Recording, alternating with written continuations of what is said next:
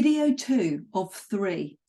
This video in the generational mindset gap is looking at the diverging views around resilience. There is a perception that the younger generation have no resilience, that younger team members are overly sensitive to work issues and therefore they flake out, they have no resilience. There is a perception that they're leaving their jobs, walking away because the smallest problems are way too big for them. And there's a myth around this, that the younger generation is way too emotional or too soft, and they're termed as snowflakes and too sensitive. And yet the older generation feel that emotional outbursts shouldn't happen, not in the workplace. Emotions should be quietened down, discouraged. And we can talk rationally without emotions. We can detach ourselves from the emotions.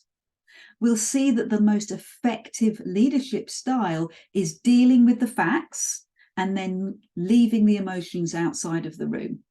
Facts triumph over emotions. And the central aspect to leadership is to keep quiet and carry on. How realistic is that? We've had a new generation of people entering the workforce that are more emotionally intelligent than ever before.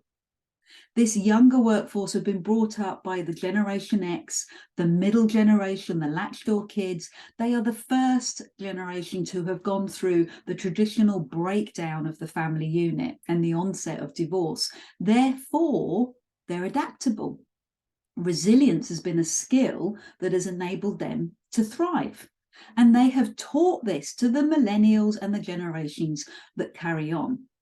So when we look at resilience, we know that there are levels of resilience, and these levels need to be built upon each other to keep a very strong, resilient framework. Amy Edmondson's Psychologically Safety work talks about our need to have candid conversations, not polite, but candid, authentic conversations. And in order to do that, we all need to pull together. So it's not about repressing emotions, it's about having a voice and being candid about that. And resilience, as we know, is a skill, is a muscle that we can develop.